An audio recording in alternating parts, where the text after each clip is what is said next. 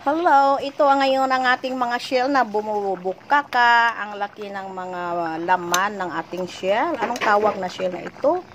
Yan, ang lalaki ng mga laman niya. Yan, lutong-luto na.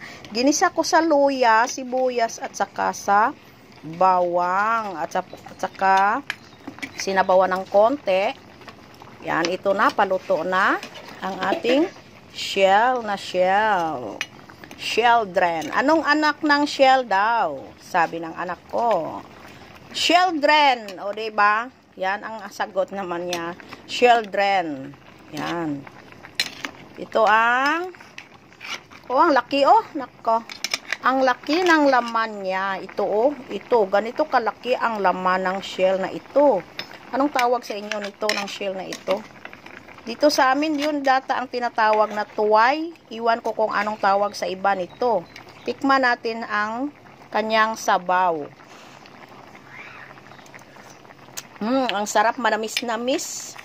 Masarap pala ang shell na ito. Manamis-namis. First time kong makaluto ng shell na ito, guys. Ito ang lalaki niya, Ang sarap ng sabaw. Ang laki ng laman niya.